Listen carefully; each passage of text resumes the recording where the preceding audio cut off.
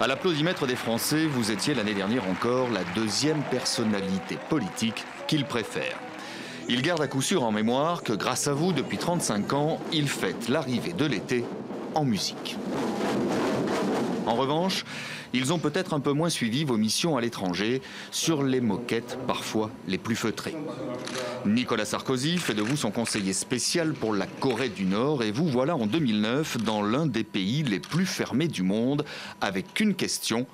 La France, dernier grand pays européen à ne pas reconnaître Pyongyang, peut-elle envisager d'établir des relations diplomatiques avec un régime dictatorial susceptible d'apposer sa main de fer sur le bouton nucléaire ? À défaut d'ambassade, ce sera finalement 2 ans plus tard l'ouverture d'un bureau de coopération linguistique et culturelle. Magnifique moment.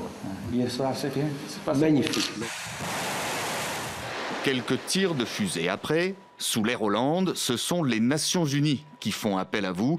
Vous êtes alors nommé conseiller spécial pour la piraterie maritime sur les questions juridiques. Votre rapport est alarmant, il est urgent d'agir.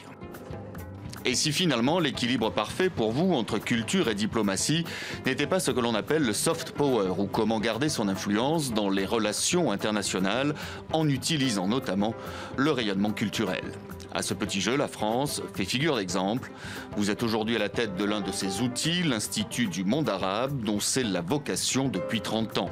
Seulement l'établissement est en crise, la fréquentation est en baisse, les comptes dans le rouge. Ce à quoi vous répondez: nous sommes pauvres, mais nous sommes sexy.